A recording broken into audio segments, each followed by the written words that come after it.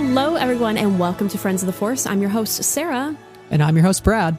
And today is a special day because if you're listening to this episode on the day that it released, it is May the 4th.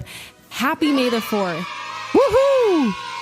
Well, and also, if you didn't listen to this episode on Star Wars Day, that's okay. The energy continues all year. This is our Friends of the 4th episode, and this is our third annual Friends of the 4th. And this is always so exciting for me. I don't know if this is the same for you, Brad, but this is always like one of my favorite episodes we do every year because it is a time capsule of our last May 4th to May 4th in Star Wars world. And it's been really interesting to do over the past 3 years because we have been in a pandemic the entire time. Mm-hmm. And I know that we've both gone through a lot personally and within our fandom. And it's been really interesting to see how that's progressed over the years. So whether you've been listening to our Friends of the 4th episodes since the first one, or this is your first one, welcome. We're glad you're here. And we hope that you will come on a journey with us as we go through some of our favorite moments in Star Wars in the past year. Yeah.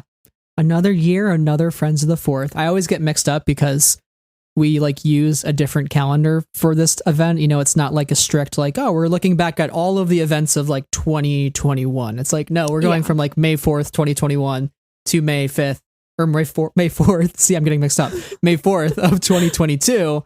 And you were saying before we started recording, you're I feel like we're on a totally different calendar year in general because of the pandemic. You said that you felt the year starts in March and I think that's also throwing me off too. It's the year starts in January, but kind of March, but also we're measuring, May to May. And I'm what is going on? And then remembering Resistance is in August. I was what's going on? There's just so many different key dates to think of in my life now. Yeah. There's a lot to anchor timelines around. And it's just been really interesting. And as I just mentioned, throughout the pandemic, I was just listening to our last episode in 2021 and we were talking about how we saw a bit of a light at the end of the tunnel. And hopefully we would be seeing that even more, We're such clowns. Year. And now I'm I think the tunnel has collapsed. My outlook over the past couple of years has really changed with regards to my optimism and humanity and how we care for others and care for ourselves. And it's just been very interesting to observe that in the context of this Star Wars kind of podcast thing that we do. But I guess my general blanket thing, as I know I'm going to come back to this episode next year, is make sure you're caring for yourself and caring for your community and doing the things you can to stay safe and healthy no matter the circumstances, because that's important.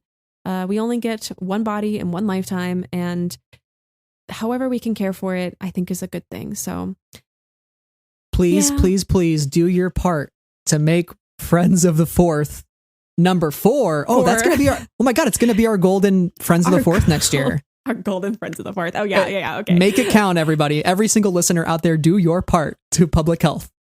Make friends, #make Friends of the 4th COVID free. Let's do it next year. That next year is the one, Sarah. Next year's the one. And we're going to listen to this in preparation for next year's episode. We're going to be clowns, but hopefully not. But I will say, besides this being the third annual Friends of the 4th, it is also coming up on the podcast's 3-year anniversary because we technically started the podcast in 2019 of May after Star Wars Celebration. And then, pandemic happened. And then May 2020, we're let's do something fun and reflective and try to have some joy and look back at some memories because we need them. And that's when this whole episode idea sort of started. And we've been doing it ever since. But it's kind of crazy to think about the podcast anniversary on May 27th. That's the Kenobi premiere. It's Star Wars Celebration Shit Show Friday, as we're going to refer to it, because there's all the panels, that we want to see. It's going to be an intense day at Star Wars Celebration because we definitely didn't schedule everything on a Google Doc yesterday. We maybe did. Maybe. Is it weird for you to think, now this will change this month, so this will change very soon, but is it weird for you to think that we've been doing this together for 3 years? Our friendship has been happening for essentially 4 years at this point. Mm-hmm. I have not seen you since Celebration. And that we haven't hung out IRL. It's like we only see each other at celebrations. That's our friendship now. I hope not. No, it won't. That'll piss me off if that's the case. No disrespect to you. Celebrations I love you, plus but like, Zoom what calls. The fuck? Yeah. I know this one section of Brad's room really well. It's just his Zoom background. Like there's a window. It's like I know nothing else about his life. There's a little Grogu who's been sitting here for quite some time. He's our third co-host. He doesn't chime in very often, but he's there all the time. But I just am so excited to finally change that, and I know that we're probably going to talk about that next Friends of the Fourth, but that's exciting. That's exciting. Yeah. That's the funniest thing too. I was thinking about that, how we were coming up with our top 10 moments from the last year. And I was like, we are literally 3 weeks away from probably having our Friends of the Fourth top 10 for next year already, within a couple days already set. Yeah, they're already there, because I'm sure we'll get into it more, but yeah, there's gonna be a lot of good stuff happening at Celebration, and it's gonna be a wild ride. But before we get into our Friends of the Fourth moments that brought us the most joy this past 365 days, we want to talk about some news and some housekeeping items here on the show. So if you are listening, we just did an entire month, and we were committed to it, and we did it, and I'm very proud of us.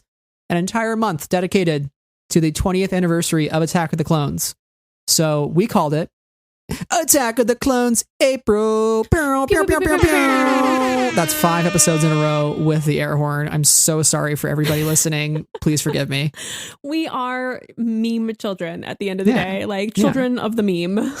But I had so much fun, going back through. We had Savannah on the show from Dorky Diva. We had Jason from Blast Points. We did a couple of episodes, just us two. It was a great month. A lot of great episodes. So if you're a huge Attack of the Clones prequel person, definitely go check out all 4 of those, because just so many fun conversations, so much nostalgia, so many good memories. And revisiting that film 20 years later and is such a different experience, especially with Brotherhood coming out next week, with Kenobi coming out this month. There's just so much happening around the prequels to recontextualize it. So I think it's a wonderful thing. And even Bad Batch, things like the Bad Batch in Clone Wars, recontextualizing Camino and Geonosis and all these other things. It's really cool to go back and see how Star Wars is this iterative thing that continues to evolve previous stories and the future stories kind of simultaneously. Time is not really linear anymore with Star Wars. It's just like a globe. It's all in one globe. You could say it's a wibbly wobbly, timey-wimey. Ooh. Wrong fandom. Oh, wow. The Whoverse. Whoverse is under the chat. Yeah. It was so much fun to do those episodes. And I mean, if you just listen to part of one or didn't listen to any of them, I really recommend our episodes with Savannah and Jason. They brought such fun insights from their Attack of the Clones fandom. And I just had so much fun chatting with them. So yeah, hope you joined us. And if not, I hope you join us for those episodes in the future, because they'll be on the feed forever. So yes, absolutely. And the last item here before we get into some of the biggest, juiciest news of Star Wars fandom right now, we have an announcement in regards to Obi-Wan Kenobi. Speaking of prequels and Kenobi and Anakin and all the good stuff. Sarah, what do you want to tell our listeners? Something that we announced on Twitter already, but let's say here once more so nobody misses it. Yes. Our Kenobi series name is going to be called the Kenobi Keynote. Wow. And then everybody cheers in the background. Thank you. Here at Friends of the Force, we love an alliteration so much. And so we were thinking about what we could do for this episode title, and we went with yet another alliteration with Kenobi Keynote. Why? I don't know, but can you just imagine either us at the podium giving our lecture on Obi-Wan Kenobi, or Obi-Wan Kenobi himself at the podium giving a lecture about his life? This is the moment for the Kenobi story. So this is the Kenobi Keynote. We are so excited. I cannot wait to cover this series. I am so excited because, you and I did Book of Boba Fett together, and we had our ups and downs with that. It was still, I think, a fun experience, but I feel like Kenobi is something that we are slowly gravitating towards very heavily. It's like a black hole that just keeps pulling us in and we just can't escape it, and we're okay with that kind of. We're like, oh my god, okay, yes, I love it already, and it's not even out. Here's the deal. There's going to be something that pops up later in this episode, I imagine, for both of us, that, like Kenobi, was something that has been with our friendship the entire time. Because Ewan was announced to come back as Obi-Wan Kenobi at D23 2019.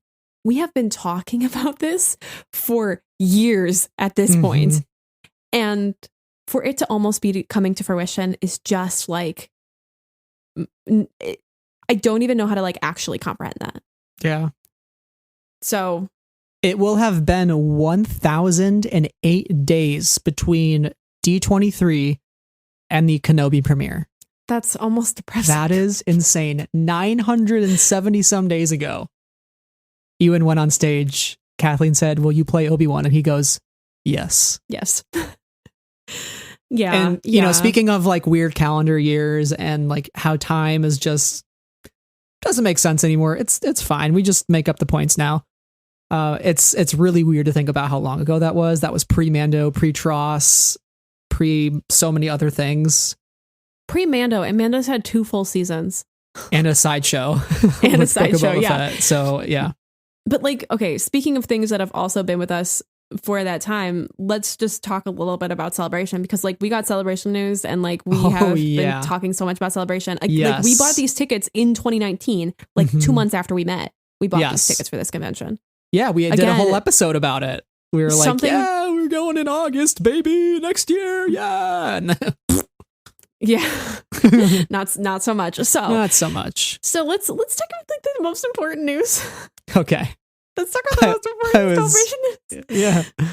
Kelly Marie Tran's gonna be a Celebration. Kelly Marie Tran is going to Celebration. Okay, I can speak for both of us in saying like this was the guest that we were waiting for. We were like, we don't know if it's gonna happen, but like if there's anybody that's gonna go to Celebration that we like would drop all of our money for, no matter how much it costs, it's Kelly Marie Tran. Yeah. And I got the notification on my phone and I was like, I literally, like the adrenaline pumping through my veins just completely overtook everything, every motor control function in my body. And I was like, bye. I bought the autograph, I bought the photo op, and I was like autopilot mode. I was literally shaking. I fell to the ground. It's not a joke. Like I fell to the ground crying. Oh my gosh. My dad was like in his office. I was like, "You okay, Sarah?" And I was like, it's really good news. I promise. Some things are really good. I am over the moon. I'm probably going to be a puddle of tears. Like, I'm just hoping I know this sounds like so dramatic and like so fangirly and like the worst way, but like, I'm just really hoping I can get through an interaction with her without like bursting into tears. Like Rose is my favorite character. Kelly's joy and energy and perseverance means so much to me as a Star Wars fan and just as a person. So oh my god, I literally never thought she was going to come to another Celebration. I never thought that she'd be back. So this is mad to me, and I can't believe it's happening. So. I mean, I felt like she wouldn't come back, but I also should have maybe suspected at some point. It just kind of feels weird, like, you know, post Tross and how much her role was diminished in that movie. And I was like, you know, I wonder if she would come back and what's the relationship with the fandom, you know, and the hatred that she received for so long, like you're saying. But I think like her getting a standing ovation at the last Celebration, that's the cool thing about Celebration. So I hope maybe that's what brought her back, is just that moment of, you know, when she cried on stage at the Tross panel last time, and how important that was to hear everybody in that room so happy to see her, right? And I gotta imagine that stuck with her. Yeah. Again, I'm making an assumption, but that's my guess. I hope that Sunday is just full of nothing but super Yaki shirts in line who are just ready to give Kelly all of her flowers, all of their good energy. I cannot wait. As much as I'm excited to meet Kelly, like I'm just excited to hang out with all the Rose and Kelly fans in line. Yeah. I know it sounds so silly, but like amongst good people. Right. But okay. Might be nicer to Kelly Marie Tran. You Jags super Yaki shirt is the only thing I've packed so far, because I was like, I need it. Yeah, for me, it's also my Kelly Marie Tran and Super Yaki shirt. So, yeah. Super Yaki, I think, is going to be highly represented at this Star Wars celebration broadly, which I think is hilarious. But in addition to Kelly, Ewan is also going to be there. Brad, tell us more. Oh, I bought a photo op. I couldn't resist. They sold out too for everything. They did. I'm really glad I didn't wait on that. I would have regretted it. I got a photo op with Hayden at New York Comic Con, and this will sort of complete the duo. And I'm afraid if they do announce Hayden, which they probably will, if they do a team up photo, I'm gonna be looking respectfully. I don't know if I'll commit, but I will look. It is probably going to cost $700, so I probably can't afford that. But I will look. Meanwhile, at the Star Trek convention, a whole Discovery cast photo was like $350, and there were like 9 of the amazing cast members of Discovery in that photo. That's insane. If I had the disposable income to drop, and if I knew I wasn't going to this convention, I would have probably gotten that. But But yeah, it's so funny to see the cost difference on these folks. But yeah, oh my gosh. So I'm really excited to get my photo with Ewan, and I might lose feeling in my legs when I see him, because oh my god, I can't stop thinking about it. But hey, besides some awesome guests, and there's so many more. Billy Lord was also announced. Many they haven't announced yet. Like, oh Sam my gosh. Witwer was there. A lot of people, a lot of great people. Yeah, and many more to come. I'm sure May the 4th, you're listening to this now. I'm sure they're going to drop so many more guests today, probably. But the most important thing of all is the schedule. So the schedule finally got released. So many of our other podcasting friends are represented on there. Sky Talkers, Blast Points, Talking Bay 94, some great podcasters who are going to be doing some stuff there. So please go support them if you can. And also just so many other great panels. You can definitely stay tuned to like our Twitter feeds while we're there, because we're going to be doing a lot of coverage around Star Wars publishing, a lot of live tweets. So if you can't be there, don't worry, we got you covered.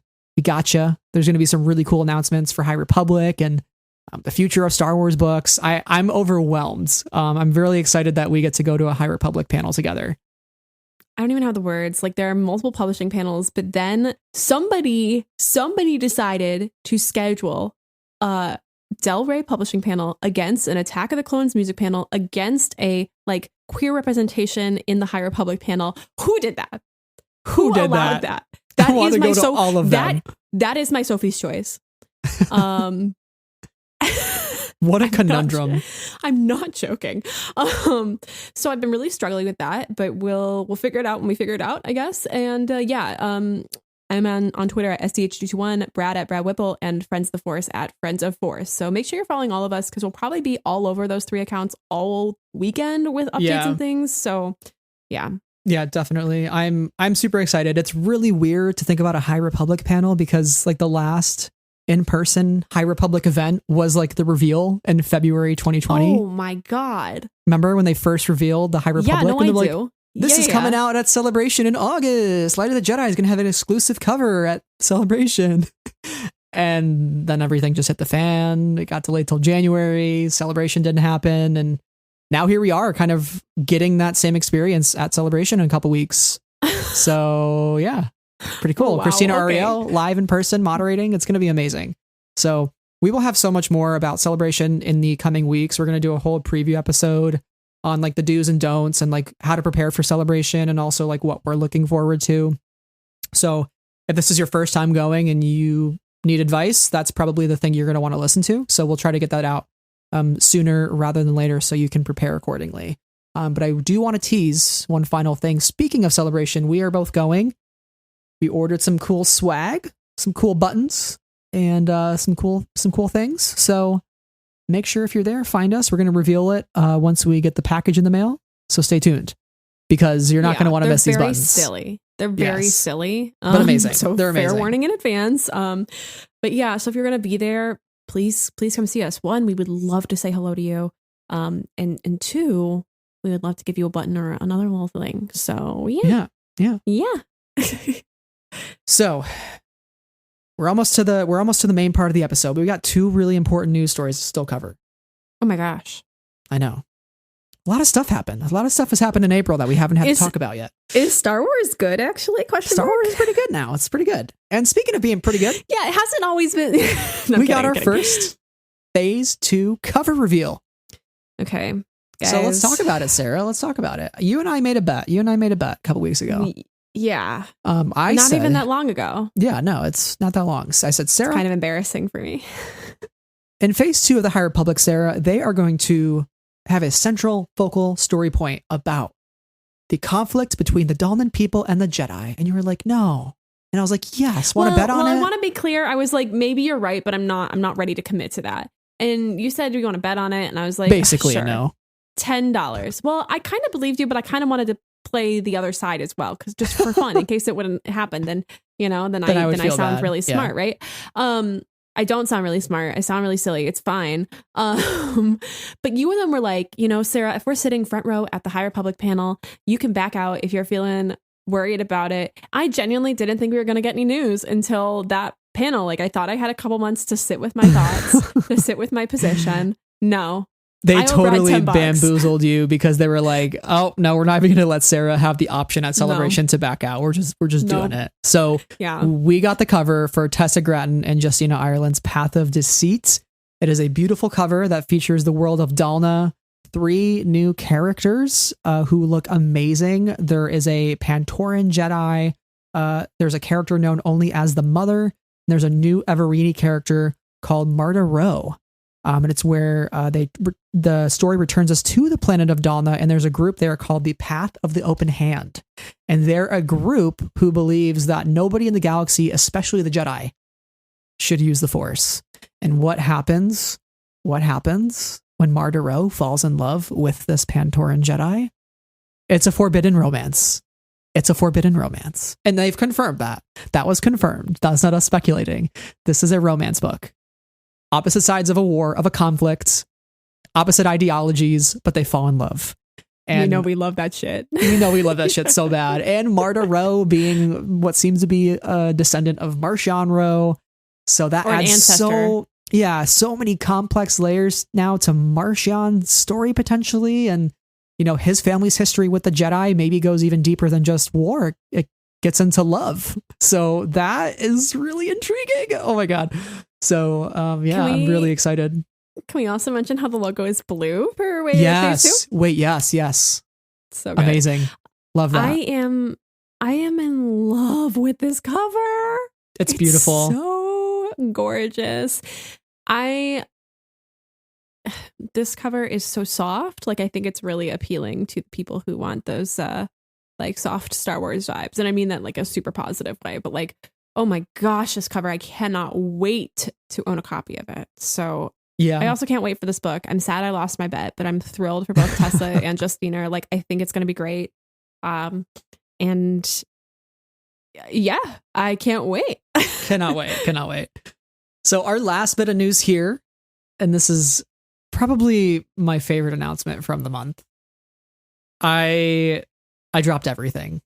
I fell to my knees this time. You fell to your knees for Kelly. I fell to my knees for this. And that is Natalie Holt will be composing the score for Obi-Wan Kenobi. She is composing the Star Wars.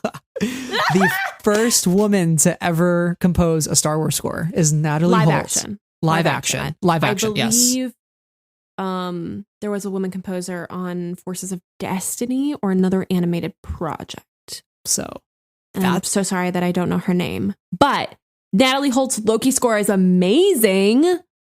The Loki score is one of the best out there. It's unbelievable. Her use of sound, the way she mixes her music. She mixed her music in Ludwig's studio. Like, she got to work with Kathleen Kennedy. She got to work with John Williams, who's composing the Obi-Wan Kenobi theme.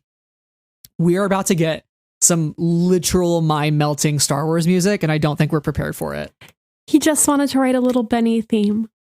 I love it. Benny theme. Okay, but let me do this one more time. A woman composing the Star Wars. Women. Yeah, Women. as Saoirse Ronan would say. I got to make that a clip for the show. We got to make that a clip.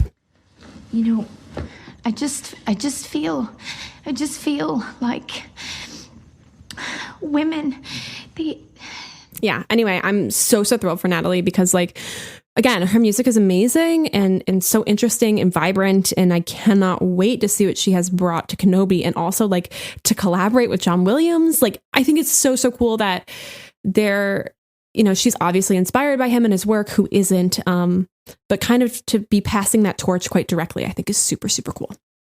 The other reason this was kind of insane to me is because last summer, like when Loki was happening, I like tweeted from the Friends of the Force account, like official petition for Natalie Holt to compose a Star Wars score.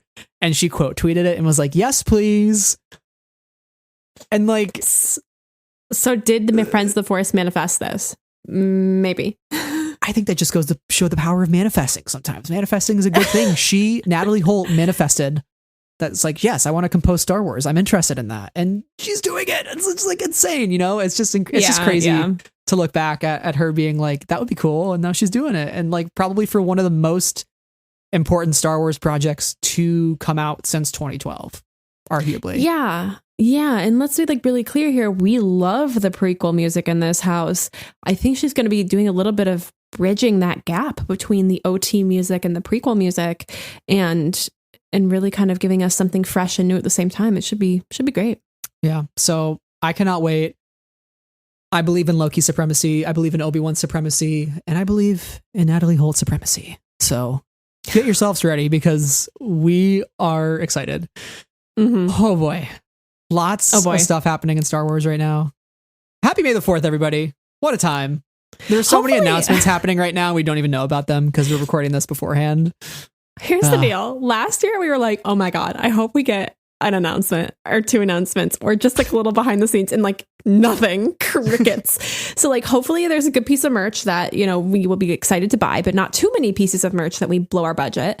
Second, I hope this is going to sound so dumb, but I'm going to use the same thing I said for last year's May the 4th. Big hope. I just hope we get like a really cool exclusive image of either Kenobi or Andor, just like in costume, looking cool. I think there's a real possibility that we get a Kenobi trailer or a Bad Batch season 2 release date. If we don't get that here, we'll get that at Celebration, I imagine. So like, I hope we get something. Yeah, I would guess it's going to be. Yeah, it doesn't feel like much right now. So, but yeah, we're getting close to Kenobi. Give me that full trailer. Give me that full trailer is all I'm saying. Yeah, I'm going to guess it's probably just a Kenobi, the second and final trailer for the show.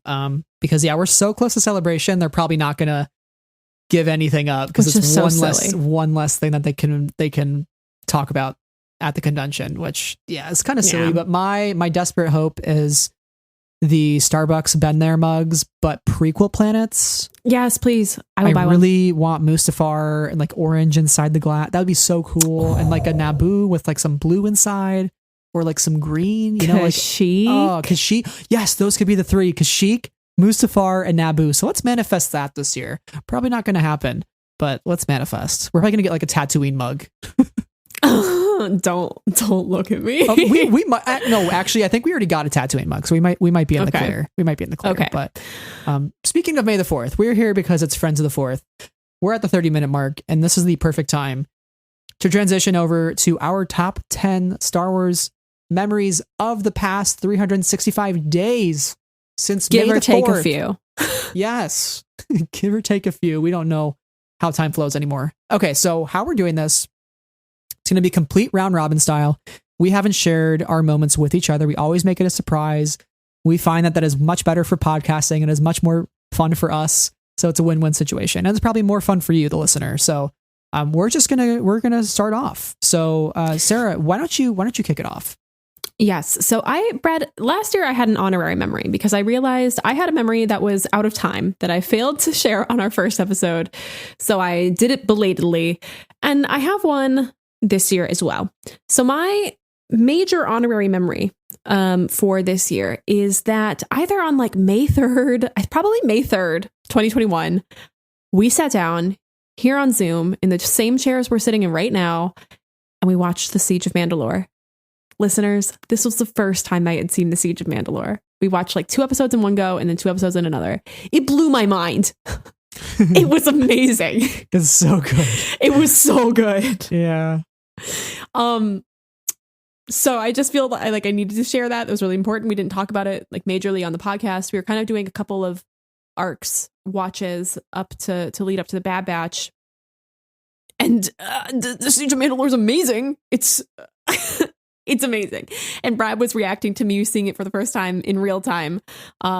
That was fun as hell to watch somebody react to that. Enjoyable.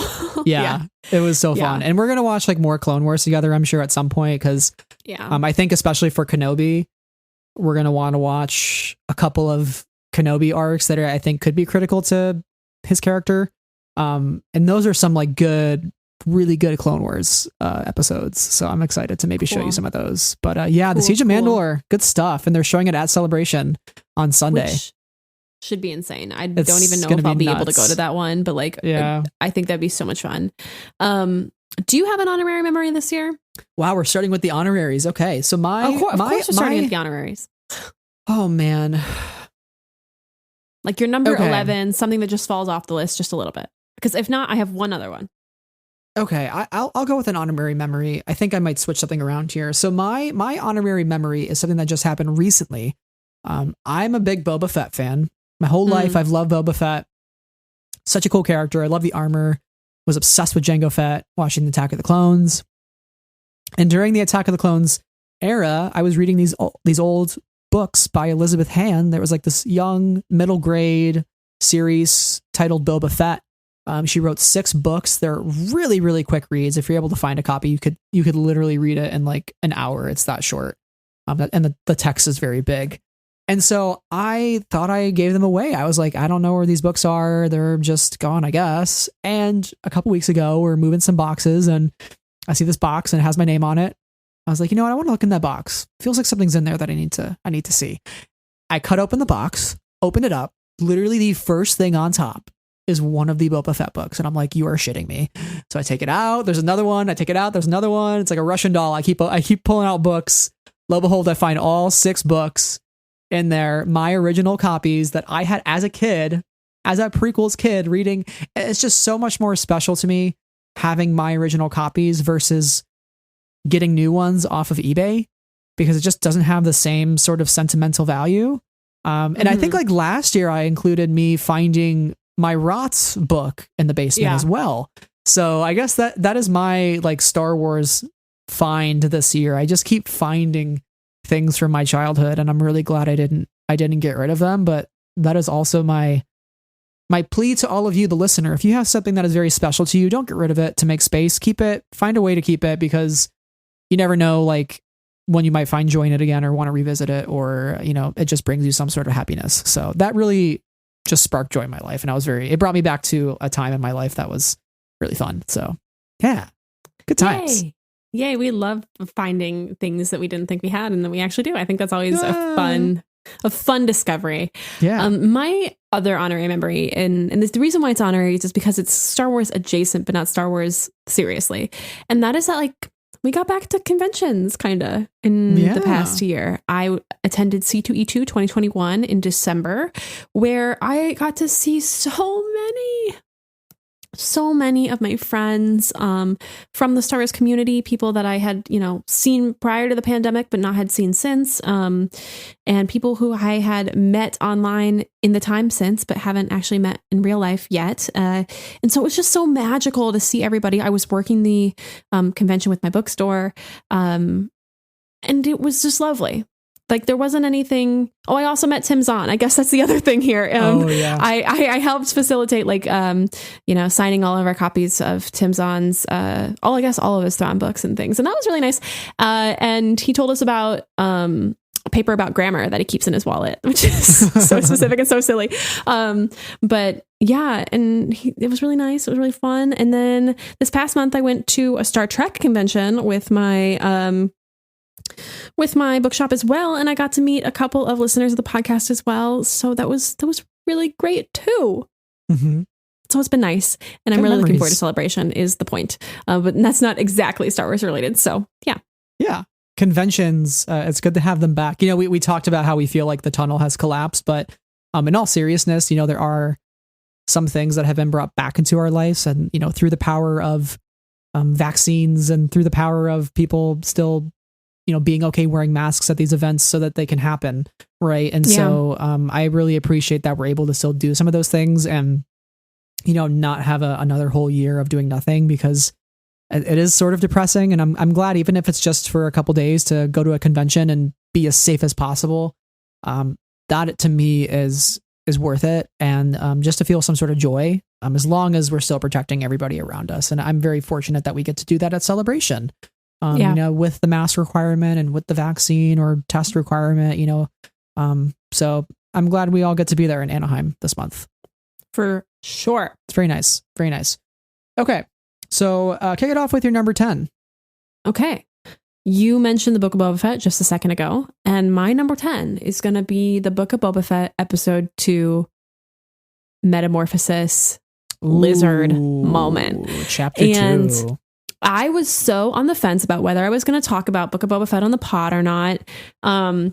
It's like, I don't know, what if I hate it? And I didn't love the first episode, but I was like, okay, this is interesting. And then in episode 2, we went to this really interesting mythological place. Like, we had a transformation, and it was amazing. It was amazing and so enjoyable. And I felt that spark of like, oh my gosh, this is great. Like, great.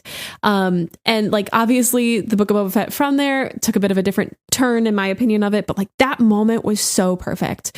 And I'm so glad we kind of got that storyline for Boba Fett, and Tamara did a great job. Yeah. So that was excellent. It was a great time. Steph Green, thank you so much for an amazing Star Wars. Again, women. I think there's a pattern here. So speaking of Boba Fett, my number 10 is the Book of Boba Fett theme. Oh yeah. We listened to that before we started recording this, and we danced to the whole thing like very silly people. Yeah. Got to do what you got to do. I love this theme song. Ludwig's music is such a blessing to Star Wars. It is something that has been so needed. I love John Williams, but it's really cool to see people like Ludwig experimenting with the medium, and Natalie Holt is definitely going to do the same. Like, we are going to get some weird music, and it's going to be great. And so I love how tribal that this song was, and how it just, like, the vibe was so right for the show. It just fit in so perfectly. And I was really surprised by how much it grew on me over the season, and even rivaled the Mandalorian theme song in some ways. So yeah, It's just awesome. Good Star Wars music. My hottest thought is that I think it's better than the Mandalorian theme song. That's a hot take for sure. I love the recorder. The recorder's great, but nothing beats the chant plus the brass plus the strings. Like, are you kidding me? None of it plus like the electronic aspect of it. None of that should work together. And yet. What do you think of the choice to go Boba Boba Fett? Boba Boba Boba. Insane. Amazing. Incredible. Oh, that was a good moment. Oh my gosh. Okay. Yeah. So my number 9 is another Boba Fett memory. Ooh. It is the one, the only, the thing that I would love to rip off my arms and beat me with them is Black Chrysanthemum. Oh my god, I'm so glad you have this on your thing, because I don't, and Black Chrysanthemum is like my main man. I love him. Black Chrysanthemum in live action. There have slowly been more and more characters getting introduced from publishing / comics into Star Wars live action. Like, we got Cobb Vanth, which, like, I think overwhelmingly a huge success. Like, that was like one of the best castings. Great character. I'm glad he's alive. He's in the back of the tank. Still mad he wasn't shirtless, but it's fine. I'm over it. It's been a couple months. I'm over it. I'm not going to create a whole YouTube channel about it, but maybe I will. And then we get Black Chrysanthemum and Boba Fett, and it was just so unexpected. Literally the last thing I expected in that show was to get Black Chrysanthemum. And you love Wookiees. We both love Wookiees. I love Wookiees. And to get, like, we just saw that one photo the other day of like all the Wookiees sitting on set for Revenge of the Sith. Like there's like 4 of them. And I was like, God, I love Wookiees so much. And to get like a full Wookiee, like a whole ass Wookiee, not the ones that we got in Solo, but like the ones that are like really big and built, and like the costuming is just amazing. And oh my gosh, she just looked so beautiful. And the armor and the knuckles that are electric. I mean, he had everything. I want him to squish me with his thighs. That's all I want to say. Yes.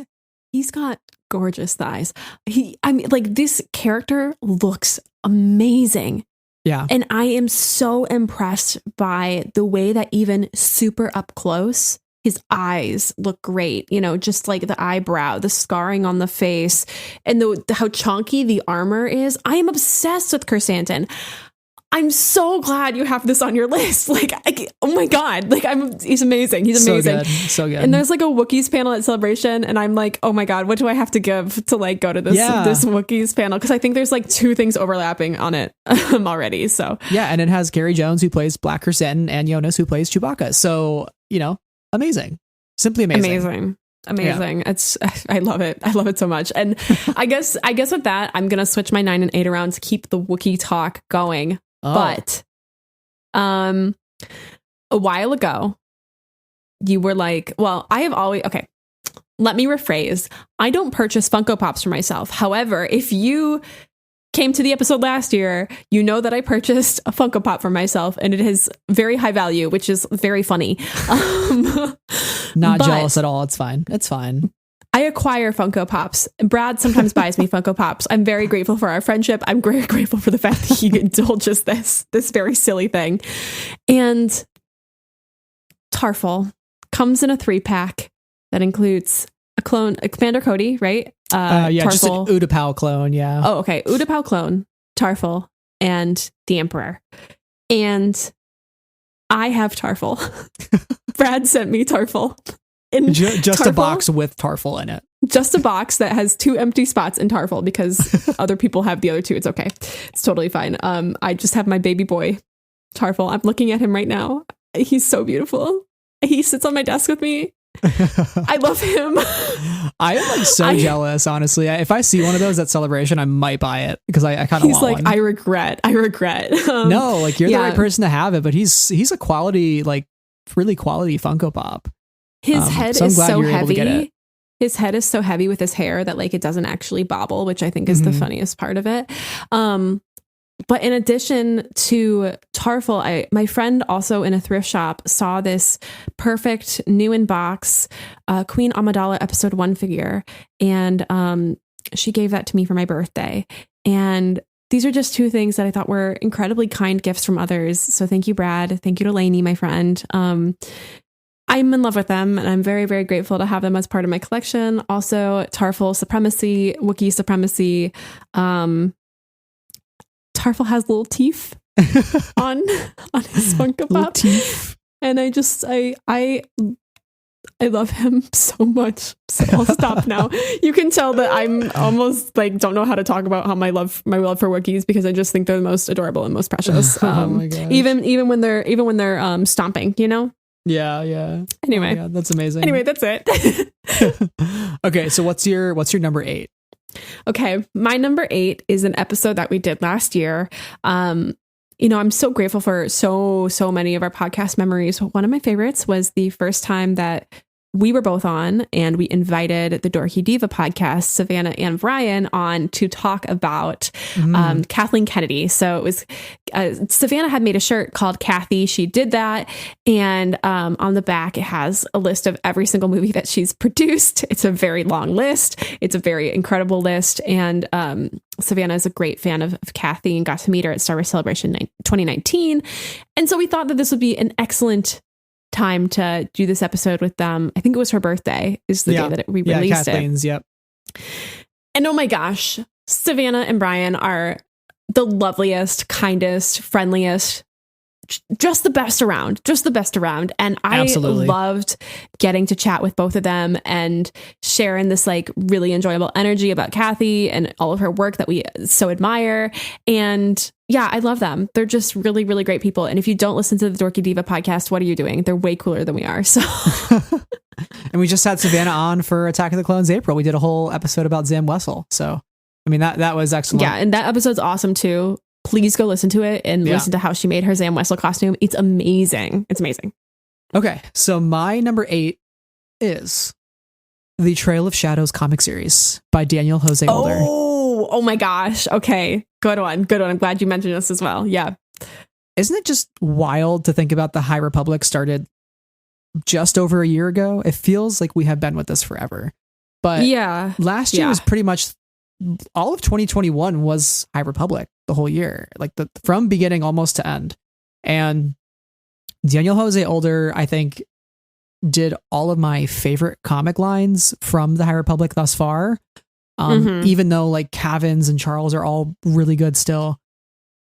But something about Daniel and the way that he was like sort of crafting this little pocket universe of his own characters and these own storylines and these motifs that he kept connecting across different stories. It was just really beautiful how it continued to unfold. And I really feel like everything really led up to like Trail of Shadows in a way, and just how dark it was. It was a sort of like High Republic whodunit. It was really dark and grim, and you kind of go from all these like really happy stories that Daniel's writing with like the High Republic Adventures and Race to Crash Point Tower, and it's like really optimistic, to like sort of a darker, more grim outlook on things, and you know what Emmerich is going through and him overcoming fear throughout the comic, and Cyan Holt, who is just amazing. You see these really cool characters in the comic series, and it's beautifully illustrated. I think it's the best comic illustration wise of the High Republic. It's just gorgeous.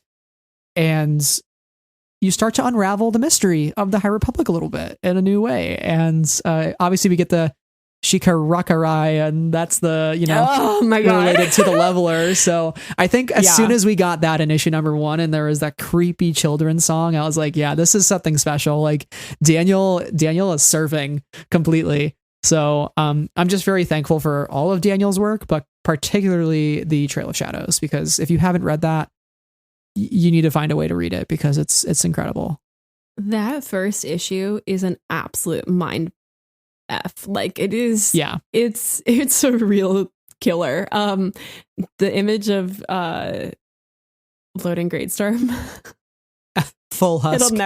It'll never get out of my brain. But just the whole series is great. And I'm so glad you mentioned it, because that was absolutely a highlight for sure. Okay, so we're on to number 7 now. So my number 7, and I can't believe it's this high in the list, but again, we tried our best to sort these. It will probably change tomorrow, and that's okay.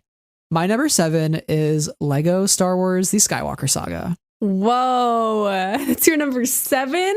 Yeah, it was really hard doing this. If that's number 7, like the rest of these moments mean a lot to me. You know why it's number 7 and not number 1? It's because we haven't played it together. Yeah, probably. Also, it was more recent, so I wanted to give more of the veteran moments, kind of their spotlight, the veteran moments. They've been around longer, seniority status, so how it is. Yeah. But this game just unlocked a core memory for me. And we've waited so long. We've waited it was announced 2019, right? Yeah. So we waited 3 years. Literally the first episode I was on in 2019, we talked about this game's announcement. So that long ago. Crazy. Yeah. And the reason why it's not number 1 is because we haven't played it together. That's just that. So yeah, we got to find a way to co-op it. So eventually we will. Eventually. Yeah. But I'm so happy for this game. It brings me joy, and I'm going to 100% it. And then I'm going to be like, I have no life. So it'll be fun. I know somebody who has already 100%ed it, and they spent 92 hours. Oh my God. Doing that. And I want you to know that the game came out on April 5th, and they sent this message in our group chat like a week ago. That's a lot of time. That's a lot of time. And that's not a judgment. I'm like, wow, that's like dedication. I'm jealous. I want to do that. Also, whenever I finish a level, it's like, you finished 30%. And I'm like, what? And my friend 100% in this game already. Also, I'm so sad right now because I have a game breaking glitch in episode 7. So I am not able to get to the Last Jedi and play Rose right now until we get a patch. So I'm very sad about that. But I'm having a great time. So it's been a blast. So I will reveal that this is my number 5. Perfect. So we can talk about it a little bit here, but this is my number 5. This is something that has brought me great joy, and I think will continue to bring me great joy, because there's no way I'm 100%ing this anytime soon. I will still say, do you miss the cantina? I miss the cantina still. Yeah, the cantina where you could go around and shoot, like walk into the levels, kind of. Yeah, I feel like for me, that sort of organization of the game in my brain made a lot of sense. The organization of this game, because it's so big, just makes a little bit less sense in my mind. But like, I'm having so much fun unlocking all the characters. And then when you're in space, you can go behind the Kyber comets. Yeah. And then you can find like the mini games you can play to unlock extra characters. It's crazy how you can do like There's space battles. Like the dogfights are as good as squadrons, in my opinion. Like they're pretty good. The problem is I can't play. I literally can. I don't understand how flying works at all. So just forgive me if you're a pilot who listens to our podcast randomly or you play a lot of flying games. I can't do it. But I literally only move the one stick that like doesn't change my spinny around. Like I can't do both axes of turning. I get sick. So I have to like, I'm so bad at the flying level. They're tough. They are tough. It took me a little bit to get used to, for sure. The pod racing level is like almost nearly impossible to get all the mini kits and get the true Jedi and win the race. I was like, it took me like 10 tries. I was like, this is very hard. Well, I didn't get all the mini kits, but I did win the race after 3 tries. So that felt pretty good to me. I'm like, I'll take this. I don't need all the mini kits. but we will get them all eventually because we want those unlockables. Do they still come out with those like official books for the games? Because I remember for Lego Star Wars The Complete Saga, I had like a whole book that also like told me where some of the mini kits are. Or like a strategy guide. Yes, that's kind of probably what I'm looking for. Yeah, do they come out with those still? Because I will buy one for this game in order to help me understand where all these 1166 or whatever Kyber bricks are. They do. I think they might have one for this game. I've been using a website, but the strategy guides are really nice because they're nice bound volumes. You can kind of have it in your hands when you're playing. Good memory for me as a kid. Good memory. Yeah. So very excited though to spend another 100 hours in this game. So. Which will probably happen. Right. Okay, so what's your number 7? My number 7 is something that, once again, like Siege of Mandalore, I am late to. And that was we both read the Rotz novel for the first time this past year. We are now fully in the know about the Rotz novel. I get why everybody loves it so much because I also love it so much. It is magic. It is beautiful. It is poetry. It's amazing. It's amazing. We read it for our Star Wars by the Book, which is our Patreon exclusive like novelization series that we do on there. And yeah. So whereas my number 7 was your number 5, your number 7 was my number 5. No way. Yeah. So really the brain cells firing on all cylinders here. Look at our brain cell go. Yeah, that is my number 5 because this is my first time reading it. And, last year's memory was finding it. This year's memory was reading it. So I did it. I committed. I did the thing. Yeah, this book is one of those that I could see myself revisiting over and over and over and over and over. It's just that brilliant. I bought the audiobook with an Audible credit because I was like, I could definitely audible this in a car somewhere at some point. Yeah. It is some of the most brilliant, poetic, tragically beautiful Star Wars writing that I've ever seen in my life. It might be the best Star Wars novel that I've read. It is just that good. And I will say, if you are a Rotz novel fan, you should read Brotherhood by Mike Chen. So I'm going to say there. Yeah. And Mike has talked about it, that he pulls a lot of inspiration from the book and you can feel it, which is really nice. Nice. You can feel it's very rewarding as a prequel fan. You can really feel the prequel energy throughout, like oozing out of that book in the best way. Yeah. So. Sometimes very subtly and sometimes very overtly. So it's both of which are excellent. So. Yes, I love it. I love a good Easter egg. Oh, geez. So good. Okay. So I gave you my number 5. So we both did number 5. So we just have number 6 and then we're in our top 4. So yeah, my number 6 is, and I didn't think this would be on this year's list, but we did it. Oh, we did it, folks. We did it. Luke Skywalker, you thought you could take little baby Grogu away from my daddy, Din Djarin, and lo behold, Daddy Din's got his son back, baby. The reunion of Din Djarin and Grogu in the Book of Boba Fett is my number 6 because holy crap, I was sobbing so hard when little Grogu pops out of the X-Wing and Peli Motto's like, oh my God, you're back. And then, Peli goes to the battle and she flips back the blanket and Grogu's there and he jumps into Mando's arm and Mando's like, oh my God, you got the shirt. Oh my God, you're here. You got the shirt. And then by the end of the episode, Grogu has his moments and Mando has his moment and Grogu with the Rancor. I mean, it's just some really brilliant stuff. And then you get Grogu in the seat. I mean, I was like, oh, we're not going to see Grogu in the N1 Starfighter until Mando season 3. And we see it at the end of the episode. And I was like, oh my God, we saw it, and he does this little knocking thing. It was just very cute. It was just beautiful. I just love little Grogu and his little chainmail. It's very cute. It's very cute. It's very cute. Do you think that's worthy of a top 10 moment for me? Absolutely. Absolutely. And I'm happy to support you in your top 10 moment with the little chainmail. Little chainmail. Okay. So what's your number 6? My number 6, and I am sad to put it this low, but like it's also not low. It's on the list. It's whatever. Is the release of Visions. These 9 shorts from different anime studios across Japan. Oh my God.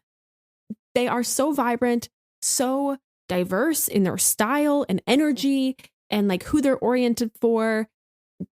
They're beautiful. They're stunning. They're iconic. I was so energized by these stories. And it really got me thinking about Star Wars in a way that I hadn't thought about Star Wars in a hot minute.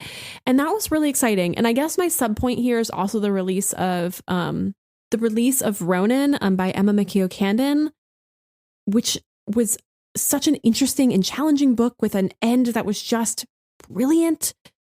And I loved the inclusion and representation in that book. And I love how different each one of these shorts was. Give it up for my girl Kay, an icon. Oh my gosh. An icon. And the beautiful music throughout this series as well. There's so much to love in Visions. Yeah, that was actually my number 4. I included both Visions and Ronin because I do think they're kind of a 2-in-1 package in a way. For sure. It was so fun when we did Visions Month on the podcast and we talked about the show and talked about the book and interviewed Emma. I think it was just such a breath of fresh air when it comes to Star Wars storytelling. And I really think it's like reshaping the mythology of Star Wars in a way. And especially after so many things that kind of seem very nostalgia based, it was nice to get something that was so fresh and so new, but also so familiar. And I think Star Wars is also at its best when it doesn't hold itself to the things that we know and like pushes forward while still paying respect to the things that we know. And I think that's where Visions was extremely successful. It was in the world, but it also fell out of the world in a way in many places. And getting stories like Akakiri and the Ninth Jedi and the Village Bride and the duel, like with Ronin, and the way that book culminates in the end in the story about choosing life. It's just like so beautiful, all these stories that we were getting. And I'm really hoping we get the announcement of season 2 at Celebration, which I think is very highly likely. I think Lucasfilm hopefully took note of like how much acclaim there was for the series. So I would not be surprised if we get more Visions this fall. I seriously would not be surprised. So I hope so. But man, it was so cool just to watch all those. I think I'm due for a rewatch very soon. Mm-hmm. And I also feel like what's so cool about that series is you can see where each studio and each creator pulled their inspiration from. You can see what about either the Star Wars story or the Star Wars aesthetic appealed to them, and then what they spun that into. Like, you know, there's a certain energy about Tatooine Rhapsody or TOB1 that's different than that of the duel and Akakiri, but they all exist within that Star Wars space. And that's what's so magical about this series, is that they all can coexist and they're all Star Wars, even if they exist, you know, quote unquote, like outside the canon. I am so looking forward to hopefully more work from these studios and from other voices as well, in the hopes that more of these are created. Yeah, more, please. And also pushing the envelope for animation outside of just like Clone Wars Bad Batch style. Yeah, that is needed. That is needed for that medium to thrive and to grow we need more of that storytelling for sure. So 100%. All right. So that was your number 4. My number 6. We did your number 6, right? Which was did I just skip Grogu? number 6? Yeah. No. That was your Grogu moment, right? Yes. So my number 4, because we've already done number 5. Oh, right. We're there. Yes. We're there. Okay. I'm connecting the dots now. Yep. My number 4 is a personal one for me. After many years, I guess since like December 2020 or whatever, fall 2020, when this book was announced, I finally own a copy of the Taschen Prequel Archives by Paul Duncan. This had been on my Christmas list, and I think my family and my family looked at me and they went like, a $200 book, you're insane. Like I'm not going to buy that for you, you dumb girl. They didn't say it out loud, but I'm pretty sure they thought it. And they also definitely questioned me to my face about why I wanted this very expensive book. And I'm like, I don't think you understand. So they had a big sale. Where they had like damaged or like display copies for $100. And I was like, oh my God, yes. So I bought one. It is from the first printing. It is number 2223. Which is very, very close to my number of 2221. Wow, I didn't know that. That's incredible. Yeah. Wow. So that's pretty cool. Feels like it was meant to be. And it does have a little bit of wear, but it is overall in excellent condition. And I am so grateful that I bought it because it brings me so much joy to own. It is beautiful. It smells great. It's satisfying to flip through. There is amazing stuff in there. I've read through like a lot of the Attack of the Clones stuff in preparation for Attack of the Clones April. But oh my God, I am so excited to continue to discover all its secrets. Everybody should own a copy of this book. Yeah. And then when I got it, my family was like, oh, we understand why you wanted that now. And I'm like, you could have been the one to bring me this joy, but no, you denied me it. So I had to buy it myself. But oh my gosh. Yeah. Having that book has brought me just nothing but good vibes. And I have to figure out how to display it or keep it out because I don't want to have it away all the time. But it's also a very large book. Mm-hmm. So maybe when I move to another location, I can get something to display it better. And it's huge and it's so big. It's so heavy. Like you hear like, yeah, it's like a foot tall by 1.5 feet long and it weighs 16 pounds. And you're like, okay, yeah, that's pretty big. And then you hold it and you're like, holy heck.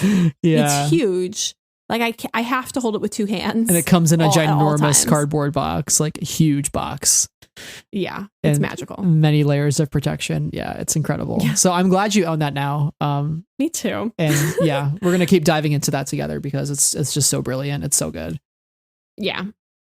Okay, so take us away with your number 3. Okay, my number 3 is the Star Wars adjacent one of this group, and it is Allie Hazelwood, known Reylo, releasing The Love Hypothesis and it being a runaway hit. I loved this book so much. If you don't know, it was originally a piece of Reylo fan fiction. She adapted it into her own piece of original fiction and got it published through Berkeley, which is, I believe, Random House. Yep. So major. And it kind of was gaining momentum on TikTok before it was released in August. And I was like, I think this is going to be kind of big. And our store didn't have a lot of copies on order. And me and my friend, Lainey, the aforementioned Lainey, we're both like, we need to have more copies on order. Like, these are going to go. Like, if we get 3 copies, me and Lainey are both going to buy one. There's only going to be one. And then we're going to have to reorder. And it's going to be a whole thing. So we ended up ordering a lot more copies. They went super fast. And we are still selling copies every single week to this day. It is my greatest joy when somebody comes in the bookstore and they're like, oh, look, I heard a lot about this romance novel. I should read it. And I'm like, yes, you should. It was amazing. It's so good. And I love to see fanfic writers getting their coin, improving their craft, writing in traditionally published spaces. It's really exciting for me. And for it to come specifically from the Reylo community, and for not only that, for it to just be huge. and have gone way beyond Raylo is really exciting. And Love on the Brain comes out this August. I've already read it and it's really good. It's really good. And then she also has 3 novellas that are on audio and ebook, which are also all based on fanfic. And those are great as well. But I don't think this upcoming one is based on a fanfic. But it's also excellent still. I'm here to hype up that book when it comes out. There have been other offers as well, between offers and published books. So there's We'd Know By Then by Kirsten Bowling, which is a bit of a sad romance, akin to the Me Before You, which came out in April. And then there's also Thea Disasterisms, author of Landscape with a Blur of Conquerors. She revamped that entire work and has made it into her own original fantasy story. And it just got bought and that just got announced as a planned trilogy from Harper Voyager. And that is going to be huge. Mm-hmm. So I'm super excited for that. So I'm just here to see people thriving, people getting paid for great work.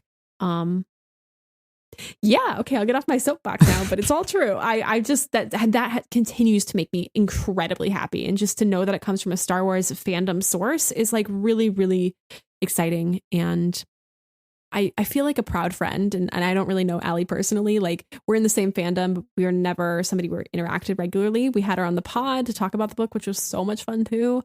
Yeah, just being in that same community and being like, yes, you go, girl. Mm-hmm. Yeah, great. It was great reading that book and getting talked to Allie. So that's definitely a highlight of the year for sure. And I'm excited to read Love on the Brain. I'm a romance novel guy, I guess now. So it happened. Guys, if you have romance recs, send them to Brad. Send them to me. Let me know. Speaking of romance novels, you could call this a romance novel of sorts. My number 3 is The Rising Storm. And I call it a romance novel because Elzar Mann gets down and dirty in this book. He's a disaster. He is a mess, and I love him. The Rising Storm as a book is also one of my favorite Star Wars books outside of the Roth's novel. And, you know, Elzar Mann aside, this book is, I think, the best of the High Republic initiative so far.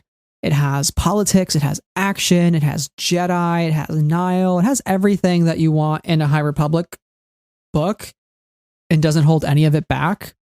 And Cavan has such a way with words where he makes everything on the page count and really pulls you into the story. And I think this book works so well coming off Light of the Jedi, where like Charles builds the world and then Cavan takes a microscopic look into it and goes even deeper into the characters, and we understand their motivations. And yes, even though Elzar is a mess, I understand why he's a mess. And we joke about that all the time, like how he's just like a horny guy that's like, he needs to think with his head a little bit more. But at the same time, I think he's such a fascinating character because he's so conflicted and he's feeling so many things, dark and light. But I don't know if Rising Storm made your top 10 or not. It obviously made my top 10. Are you freaking kidding me? It's my number 2. Okay. My whole number 2. Let's talk. Let's you know, I don't know what your number 2 is yet, but my number 2 is the entirety of THR Wave 2.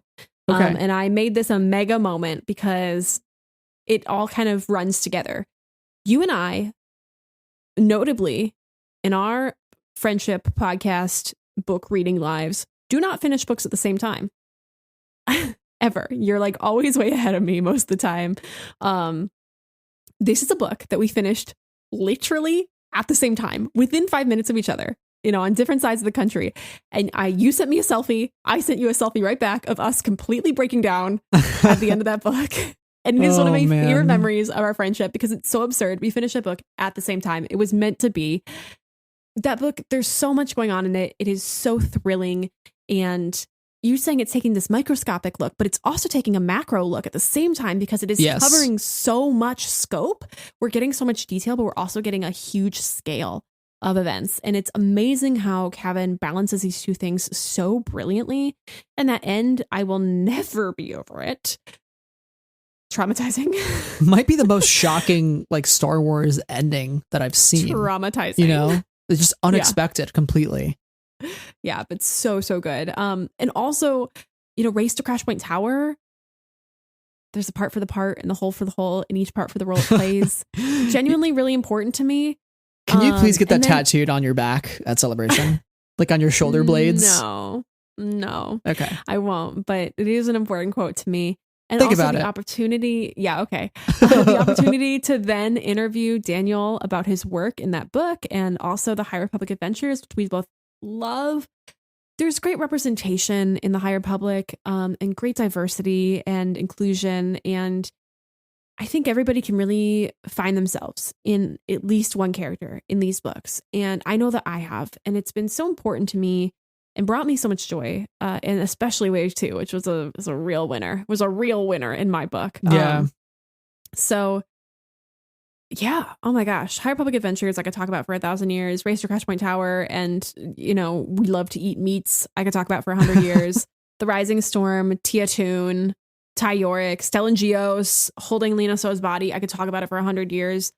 Just incredible work. Amazing. It's one of those books that I think I might go back and read at some point because it's just that good. It's just so good. So thank you, Kevin. Thank you, Justina. Thank you, Daniel, for writing all 3 of these books for Wave 2, because I think Wave 2 was definitely my favorite part of the initiative so far. It was just brilliant stuff. And I love the setting of it. I love the fair. I love Valo. Oh my God. It's just so good. Just so good. I love the darker middle chapter of Star Wars. Anytime it exists. Yeah. Anytime. Okay. So what is your number 3? That we skipped over that because that was your number 2. No, Allie Hazelwood was my number 3. Oh. Then your number 3 was Rising Storm. So then my number 2 was Rising Storm. So we're back. Or THR. We're back to your number 2. So my number 2 is the Obi-Wan Kenobi trailer day. What a wild ride that Wednesday was. Oh my gosh. I was just coming off being very sick. I was very down in the dumps. I felt terrible. I was like, oh God, I just don't feel good. I woke up that morning and lo and behold, Entertainment Weekly, Kenobi. There he is. There's the man. He's got the beard. He's got the lightsaber. He's got the costume. He's looking at me. He's looking into my soul, piercing my inner being. And then we get some photos. We get about Reva. We get Uncle Owen. We get this new planet. Like all these things are happening in Aope. Obi-Wan's cave. Obi-Wan's cave, his sleeping cave. I was like, wow, we're getting these amazing photos. This couldn't get any better. And then we get a trailer. And I was like, oh my God, I'm alive. It was just an amazing day. Let's talk about the context around this day on my end. Oh my gosh, yes. I took work off this day. I was going to take a couple days off work just for a little mini staycation. And then I decided I was going to go see the Batman. The 3-hour Batman. I was going to go see it at noon. And this trailer dropped at 12:56 my time. And the movie only starts 25, 30 minutes into, right. that time that they tell you. So you were you had just gone into the movie. And so the group chat is where is Sarah? And you're like, she's in the movie. And they're like, what movie? And you're like, Batman. And everybody's like, oh no. The longest possible time you could be in a movie theater right now. The longest time. So here I am just vibing in Gotham. And meanwhile, the internet is melting down to this Obi-Wan trailer. And so I come out and then I drive home and you're like, Sarah, we have to watch it together. And then you hadn't left work yet. So then I'm sitting on my floor, just waiting and trying not to look at the internet. I can't believe this is actually not on my list because this is an obvious list placing moment. This day was absurd. Yeah. It was so great. And all these revelations were so exciting. And that trailer, the music cues, it was giving me TLJ at the same time it was giving me prequels. I think everybody turned to dust when they heard Duel of the Fates. I was just dead. I get that Kenobi is premiering during that, convention weekend. But imagine if we were all in the room for that trailer. Yeah, that would have been pretty cool. Losing our goddamn minds at every single one of those music cues. Yeah. Oh, man. Yeah, what a time, though. That was just such a special day. I was just over the moon, and I watched that trailer way too many times per week. So I am so excited for Kenobi. Okay. So we're on to number 1s, which I feel like we don't have the same number 1 because I think definitely mine's don't. a personal one. So Mine's also a personal one. Okay, well there we go. So we each have our own individualized personal number ones. And it doesn't include you. Suck it. All right. So okay. How about you? Do you want to go first? Do you want me to go first? I'll go first. Okay, Or actually, go you first. go first. Whoa, you're just flipping the script again here. Yeah. I'll go first. In September 2021, I went to Batu for the first time. And I went by myself and I met up with Courtney, aka Kirky, here on the interwebs. And we had a great time together. And that was the first time we had met in real life. She's hilarious and amazing and delightful and lovely and so talented. And we just had such a fun time going on all the rides, eating all the food. I had a great time. I went on Rise of Resistance. I went on Smuggler's Run 5 times. As you should. Yeah. I had all Star Wars food all day with the exception of a Mickey pretzel because you can't go to Disney and not get a Mickey pretzel. Just saying. I'm a pretzels person. It's just who I am. But yeah, I love the blue milk. I loved going into all these places that I had seen online for so long and getting to explore them and see it in real life. And it wasn't too busy that day, which was great because there were open spaces still. We got into Oga's on a walk-in reservation. Thank you, Courtney, for making that happen. Which was so great. The Fuzzy Tauntaun is an insane drink. That experience was so amazing. And I cannot wait that in the month of May, we will be going to Batu together and we will have that experience together. And for 2 days. I can't wait. I think it's going to be amazing. And I'm so excited to share that with you. And we're just gonna fangirl together the whole time. Like we're just gonna be an absolute wreck. Couple fuzzy tauntauns here and there, some blue milk, some spending. Oh my god! Please take my credit card away while we're there, please, for the love of God. Here's the deal. I know that my whole food budget is going to be spent on these 2 Disney days, and I've already decided that I'm just going to have ham sandwiches for the weekend of the convention. Yeah, I know it's about to happen. No, you're so right though. Like ham sandwiches, like pretzels. Pedialyte, lots of Pedialyte, it's if anybody needs a snack, I've got a snack in my bag for you. That is an open invitation. If you need an emergency snack and you really need something right now, I probably got something in my bag, so find me. That's where the fanny pack comes in handy. Just start stuffing snacks in there. I have a Grogu fanny pack actually, so maybe I should bring that. You do. You should. So you chose your number one. I think that's an amazing number one choice. Mine's also personal. So my number one is taking a photo with Hayden Christensen at New York Comic Con. Yes! Because I just couldn't believe it was happening. Yeah. I was like, I can't believe Kenobi is happening and Hayden's, in the media circuit now and doing his thing and being very happy. And he just seems to be embracing life. Maybe again, it's just because I'm seeing more of him that I'm seeing that. Him being in New York that week, seeing videos leading up to the photo op of him like at the Empire State Building and seeing photos from prior conventions. I'm just like, oh my God, it's real. And just seeing him in person and literally holding out my Revenge of the Sith DVD was just such the stupidest idea ever, but I did it anyways. No, genuinely so great. I hope that he enjoyed that, but hearing his voice, seeing him look at me in the eyes, I was like, oh my God. Because we all had a crush on Hayden Christensen growing up. I think that's a fact. And all of us. It was just really cool to see him back and that he's in Star Wars again. And for so long that he got so much crap for his performance in the prequels. I'm excited to see what he's able to do on Kenobi as Darth Vader and as Anakin in a flashback, because we're getting that. You don't bring back Hayden Christensen if you're just going to keep him behind a mask the whole show. So everybody just accept the fact that we're going to see Clone Wars Anakin in full Clone Wars armor regalia alongside Obi-Wan wearing his Clone Wars armor. Like, it's just going to happen. Just accept it. It's going to be glorious. It's going to be amazing. I can't wait. And I hope it's just them two, because I don't want any more cameos. Keep it Obi-Wan and Anakin centric, please. Let me have one thing. Let me have it. So those are our top 10 Star Wars moments from the last 365 days of Star Wars. Give or take a couple days. Give or take. Very, very exciting stuff. I cannot wait to see what is ahead for us in the coming year. And with that, I have no idea how we're going to narrow it down to 10 next year. No. Like, I don't want to like overhype the next 365 days, but like, I think we're going to have a lot of like number one sort of memories. Yeah. You know, yeah. Celebration is going to be a thing, and I hope it's going to be amazing. And I know we're going to have great memories there. Like, Kenobi's coming out. We know Andor's coming out. We get more High Republic. A New York Like, there's City the whole Comic-Con in list. there. A C2E2 A C2, in there. E2. Oh, dangerous stuff. We're in scary, exciting times. And by scary, I mean literally just like very exciting times.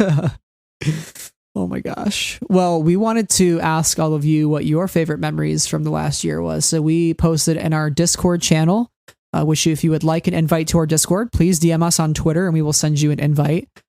And we asked on Twitter and some of you replied there as well. So in our Discord, we had a couple here from our patrons. So our first here is from Cheryl. And Cheryl says, Din and Grogu being reunited, which I agree, Cheryl, wholeheartedly. That was on my list, and that is a great choice. Great choice. She also said Ronan, a Visions novel, because she loves the Traveler, aka Fox, aka Itzuna. Yes. And I have to agree. Have to agree there. Yes. I have to agree. They're very iconic. Joe says, if it counts, which it does, since it was on my list, I think the release of The Love Hypothesis was probably my favorite. The book itself and the reaction to it online was just so wonderful. Seeing the extent of Raylo's power and reach and the talent in the community on full display. And it came out just as he was finishing his own big Raylo project, so it nicely coincided for a big Raylo celebration. I have to agree. Joe's Raylo video on YouTube is really great. And the book is really great. And we love it. We'd love to see it. So we have two more from our patrons. One from Brian, who said Visions, especially love the behind-the-scenes studio featurettes and getting to see how excited all the studios were to tell their own Star Wars story. And yes, great shout out to the featurettes. I actually still have to watch many of those, but they're on Disney Plus in the extras. So if you haven't seen them, they're worth your time because they are awesome. And Travis, who's our other patron, says Hauser from The Bad Batch, which was a deep cut.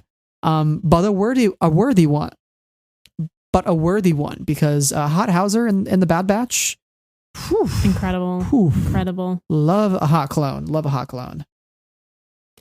Well, you and Cheryl are not the only two that said that Din and Grogu reuniting was their favorite. Also, the Knights of Liz on Twitter agreed that this was their favorite moment.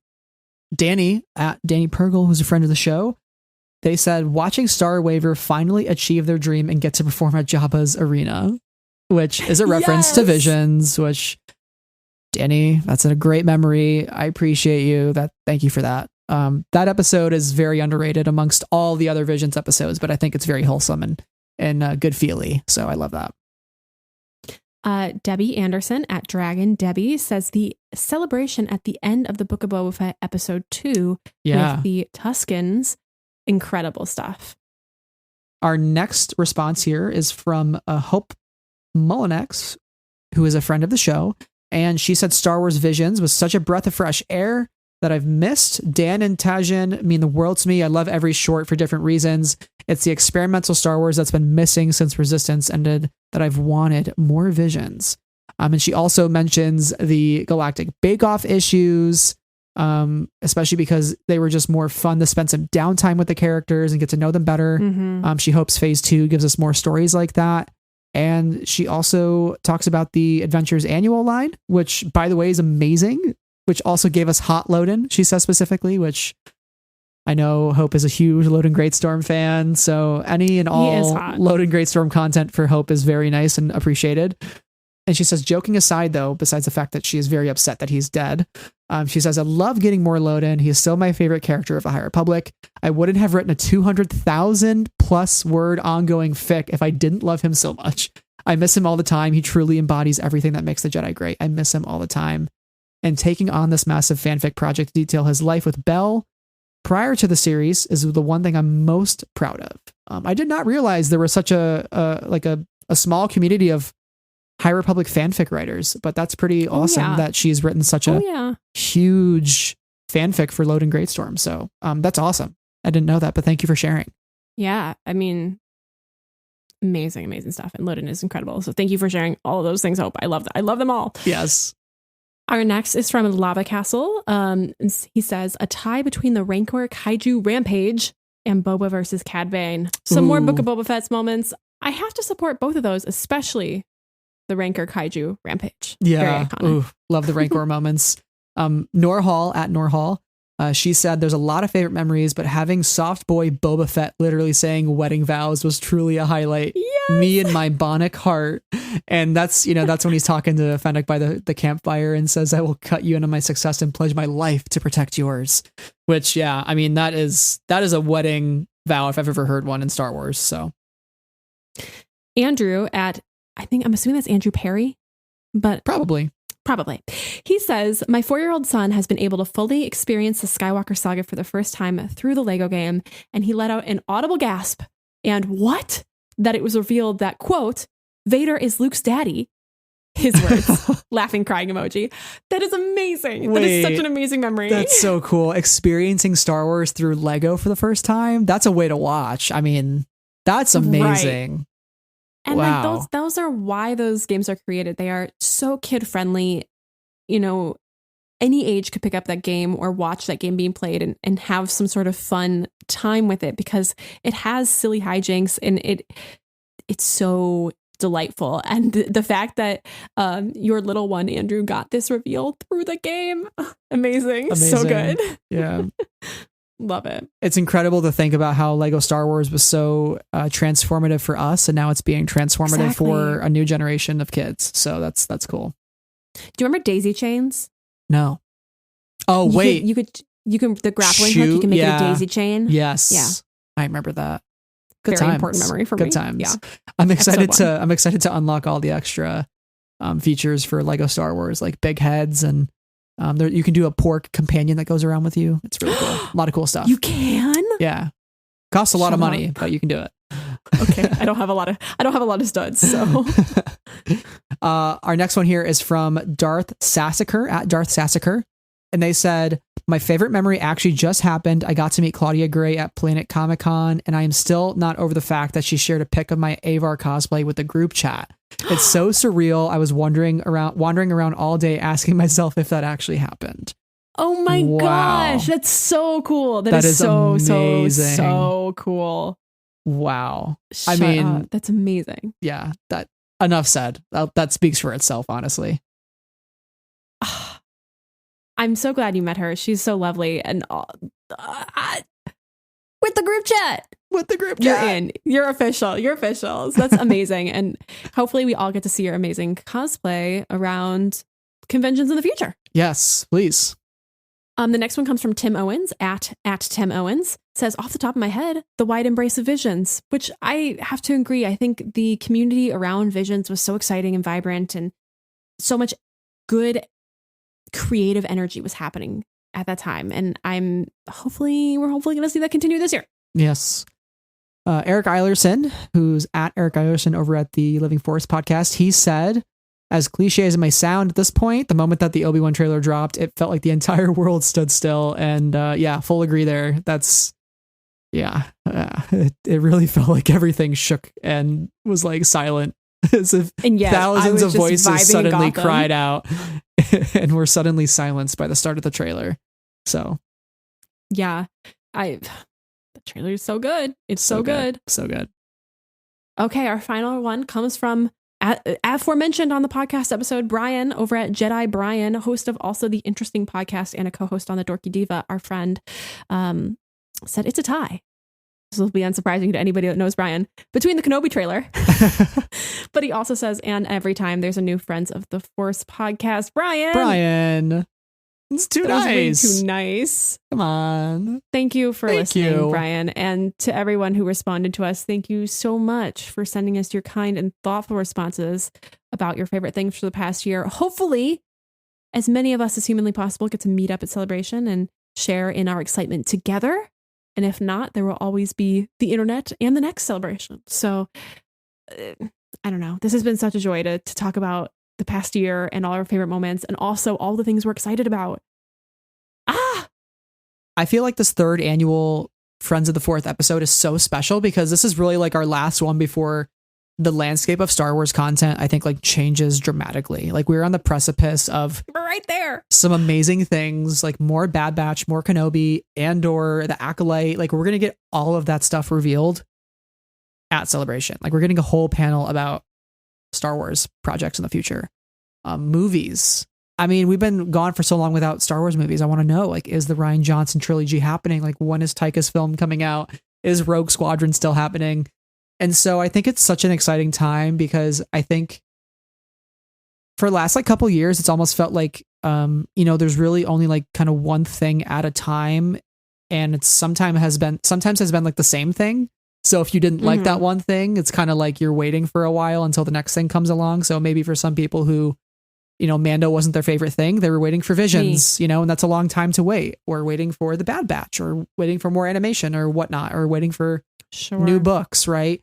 And so now I think we're going to get so much Star Wars where that if something is not really your cup of tea, there's going to be so many other projects that are coming out relatively close together, I think, that it won't be as long of a wait, and you're going to have something to look forward to. Like if you love Cassian Andor, but don't love Mando, like you're going to have something. Yeah. And if you're not a huge live action fan, well, guess what? You might have Tales of the Jedi, or you might have Bad Batch Season 2, right? You're going to have your animation. And if you're a book fan, like that will never stop. You're going to have plenty of books to read forever. I can't keep up even sometimes. So I think there's just so many special things, and I'm very excited to find out what's next at Celebration. And like you said, I think next year's list is going to be very hard to determine. It's going to be very difficult. Might need to be a list of 20. We might have to expand the list next year. That'd be like a 3-hour episode versus almost 2 hours. So yeah, it'd be a little difficult, but it'll be a fun challenge. Yeah. Oh my gosh. Should be great. Well, do you have any final thoughts on this year in Star Wars? My final thoughts on this year in Star Wars are essentially what I just said. It's just a sincere, kind thank you to everyone who's been listening to us, whether you've joined us for all of the Friends of the Fourths, or you started listening today, or, you joined us in the past year because of something that we were covering. I'm just really grateful for all of you, and for you, Brad, so much. I appreciate our friendship so much, and I cannot wait for all of the things that are upcoming. It's an exciting time to be right here, to be reflecting, but also anticipating. I feel really good. Yeah. I feel really good about Star Wars. I feel really good about myself right now. I feel really good about this friendship, like just feeling good, and very, very grateful for all of that. So hopefully that continues. Hopefully you, the listener, are feeling that as well. And hopefully things for you are going good as well. I have not felt this way about Star Wars since like pre-Tross. I'll be honest. Yeah. Like it's a good feeling. It's good to feel good about Star Wars again. And you and I have had such a journey with Star Wars over the last couple of years. And I'm just so glad that we have the things that we, that's our podcast motto. We find joy in what we love. And that's what we do here. So we'll continue to find that joy. And we hope all of you choose to go on that journey with us and listen to our episodes, and whatever interests you, tune in, because we're going to be sharing our thoughts on it most likely. So speaking of which, upcoming on the podcast, we have a couple things going on until Celebration comes out. So we have our Brotherhood discussion coming within the next couple weeks. We have a Star Wars Celebration preview episode, which I did mention up top. That's going to include, again, like kind of your guide to Star Wars Celebration and what to do, what not to do, that sort of thing. And then, like we said, the Kenobi keynote at the end of the month. So we're going to be covering the first 2 episodes because we're getting 2 at once, which a lot of Kenobi. I'm going to be very overwhelmed. And then we'll be covering it every week thereafter for all 6 episodes.